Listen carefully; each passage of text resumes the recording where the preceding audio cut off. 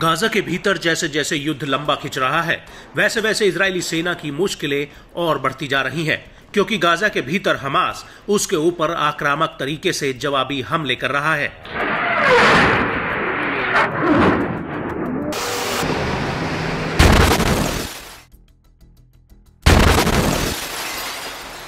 और अब Israeli defence force यानी आईडीएफ अल शिफा अस्पताल की तरफ बढ़ने की कोशिश कर रही है।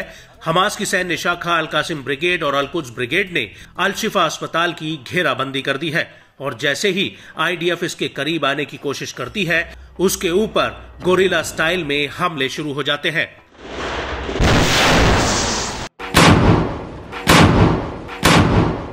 और अब इसी कड़ी में हमास ने एक नया वीडियो जारी किया है। हमास का कहना है कि उसके लड़ाकों ने अल शिफा अस्पताल के करीब इजरायली मेरकावा टैंक पर अल यासीन 105 गोलों से हमला किया है, और इस हमले में आईडीएफ का ये टैंक पूरी तरह से तबाह हो गया है।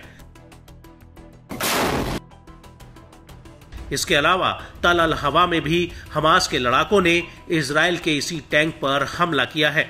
यहां पर भी हमास ने आईडीएफ के टैंक पर अल यासीन 105 गोलों से हमला किया है।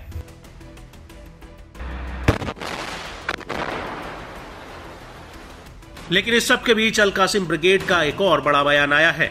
26 मार्च 2024 को जारी किए गए एक बयान में अल कासिम ब्रिगेड ने कहा कि गाजा में अल तुफा के बाहरी इलाके में इजरायली सेना पूरी तरह से निकलने के लिए मजबूर हुई है।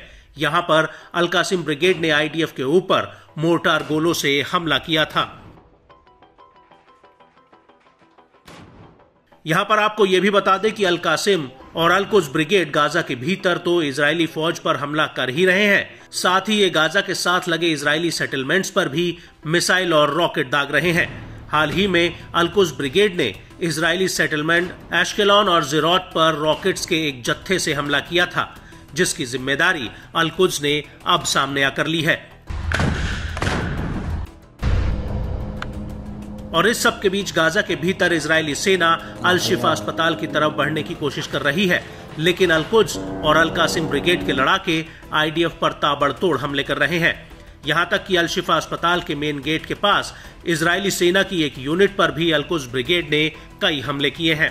इसके अलावा अल कुद्स ब्रिगेड ने अल कासिम ब्रिगेड के साथ मिलकर अल शिफा अस्पताल के पास इकट्ठा हो रहे इजरायली सैनिकों पर एक बड़ा हमला किया है। इस हमले में अलास्का ब्रिगेड के लड़ाकों ने भी इन दोनों गुटों का साथ दिया है।